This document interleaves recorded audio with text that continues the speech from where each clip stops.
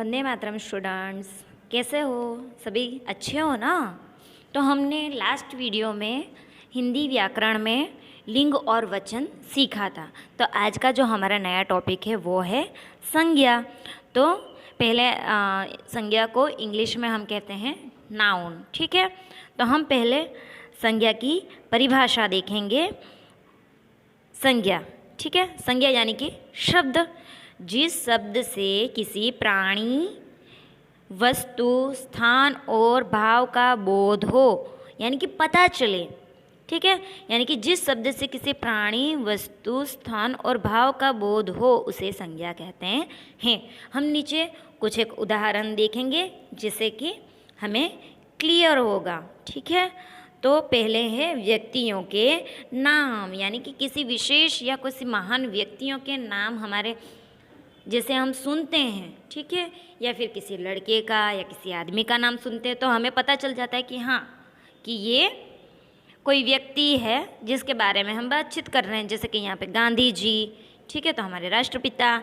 माता पिता, करण यानी कि कोई लड़का है, सुनीता, रवीना, है ना। नाम एक विशेष नाम है जिससे हमें पता चलता है कि हम किसकी बातें कर रहे हैं। पशु पक्षियों के नाम, मोर, कौवा, चीता, शेर। मोर यानी कि हमारा राष्ट्र पक्षी, है ना। कौवा यानी कि काला, मतलब नाम से ही हमें पता चल जाता है कि हाँ, हम पक्षी के बारे में बात कर रहे हैं या पशु के बारे में। नेक्स्ट, स्थानों के नाम, तो सूरत, दिल्ली, हिमालय, यानी कि एक विशेष स्थान है हिमालय। हिमालय यानी कि एक बर्फीला प्रदेश, है ना।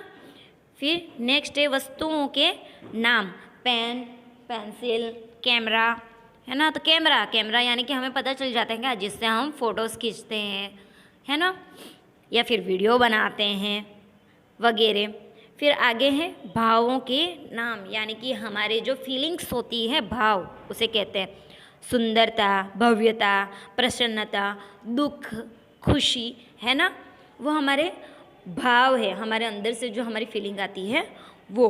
तो इसे हम संज्ञा कहेंगे कि जिससे किसी प्राणी, वस्तु, स्थान या व्यक्ति के नाम का हमें पता चलता है, जिसे संज्ञा कहते हैं। संज्ञा के भेद यानी कि टाइप्स। संज्ञा के 3 भेद है, यानी कि संज्ञा के 3 प्रकार है, टाइप्स है। तो संज्ञा के 3 प्रकार कौन कौन से हैं? तो के व्यक्तिवाचक संज्ञा, जातिवाचक संज्ञा और भाववाचक संज्ञा। तो व्यक्तिवाचक संज्ञा यानी कि प्रॉपर नाउन, जातिवाचक संज्ञा जिसे इंग्लिश में कहेंगे कॉमन नाउन, और भाववाचक संज्ञा यानी कि एब्स्ट्रैक्ट नाउन। तो हम पहले देखेंगे व्यक्तिवाचक संज्ञा, ठीक है।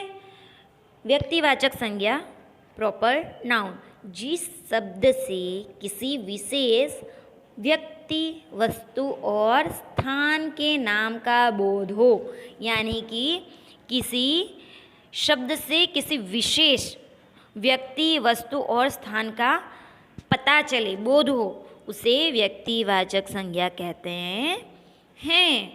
जैसे कि यहाँ पे कुछ एक उदाहरण दिए हुए हैं कि सचिन तेंदुलकर, गांधी जी, तो यानी कि ये विशेष व्यक्ति हो गए, है ना। सचिन तेंदुलकर महान क्रिकेटर, गांधी जी यानी हमारे राष्ट्रपिता।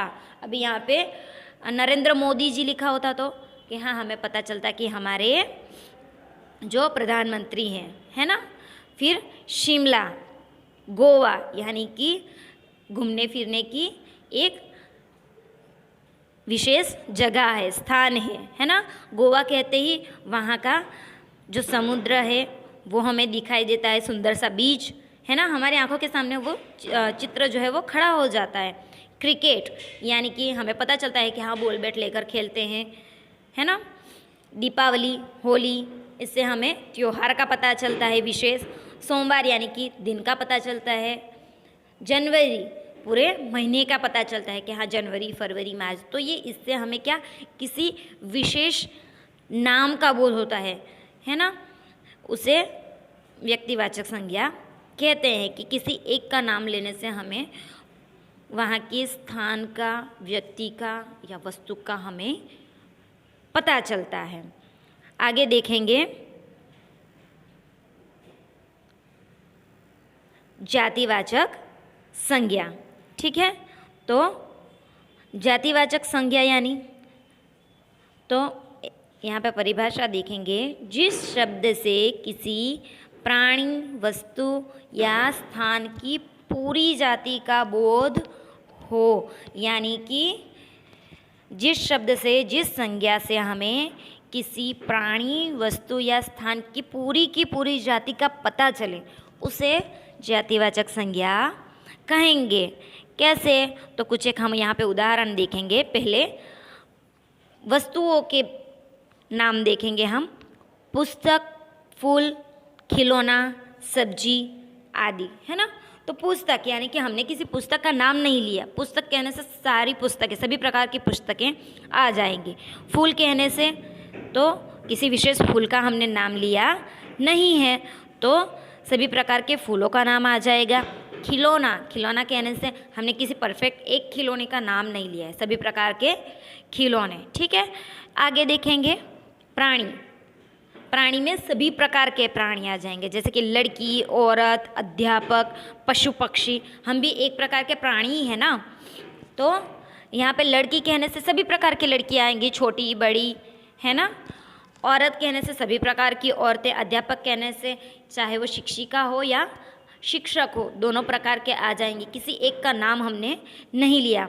फिर पशु पक्षी कहने से सभी प्रकार के पशु और सभी प्रकार की पक्षियों के नाम आ जाएंगे, जिससे हमें उनकी पूरी जाति का। आगे देखेंगे स्थान। ठीक है, तो स्थान में क्या है कि राज्य, देश, पहाड़। अभी राज्य कहने से सभी राज्य आ जाएंगे, इसमें हमने किसी एक राज्य का नाम लिया नहीं है। अगर मैं कहूँ कि गुजरात राज्य, ठीक है, तो एक ही गुजरात राज्य का नाम लिया, यानी कि वो व्यक्तिवाचक संज्ञा में चला जाएगा। पर हमने राज्य का नाम लिया, यानी कि सभी प्रकार के सभी राज्य आ जाएंगे, गुजरात, राजस्थान, मध्य प्रदेश, सभी। देश तो सभी देश। पहाड़ यानी कि सभी पहाड़, हिमालय है, माउंट एवरेस्ट है, सभी। ठीक है, नदी कहने से गंगा, जमुना, सरस्वती, सभी नदी। किसी एक का नाम लूँ, यानी कि मैं गंगा नदी कहूँगी तो व्यक्तिवाचक संज्ञा में आ जाएगा, यानी कि एक ही। पर मैंने नदी कहा तो वो पूरी जाति का बोध कराता है। ठीक है, आगे देखेंगे भाववाचक संज्ञा, यानी कि एब्स्ट्रैक्ट नाउन। तो भाववाचक संज्ञा, जिस शब्द से किसी व्यक्ति, वस्तु या स्थान के गुण, दोष, अवस्था और मन के भावों का बोध हो, यानी कि जिस संज्ञा से या शब्द से व्यक्ति, वस्तु या स्थान के गुण, दोष, अवस्था या मन के भाव, फीलिंग्स का बोध हो, उसे भाववाचक संज्ञा कहेंगे। यहाँ पे उदाहरण देखेंगे हम, सुगंध, मित्रता, गुस्सा, खुशी, है ना। तो यहाँ सुगंध से हमें क्या पता चलेगा कि गुण और दोष। तो ये सुगंध यानी कि गुण है किसी फूल की सुगंध। या फिर मम्मी ने किसी सब्जी बनाई तो मम्मी ने आज बैंगन भरता बनाया, उसकी बहुत ही अच्छी सुगंध आ रही है ना। तो वो क्या हुआ, एक गुण हुआ। ठीक है, गुस्सा यानी कि फीलिंग्स, यानी कि मम्मी ने आज बहुत गुस्से में मुझे मारा, है ना।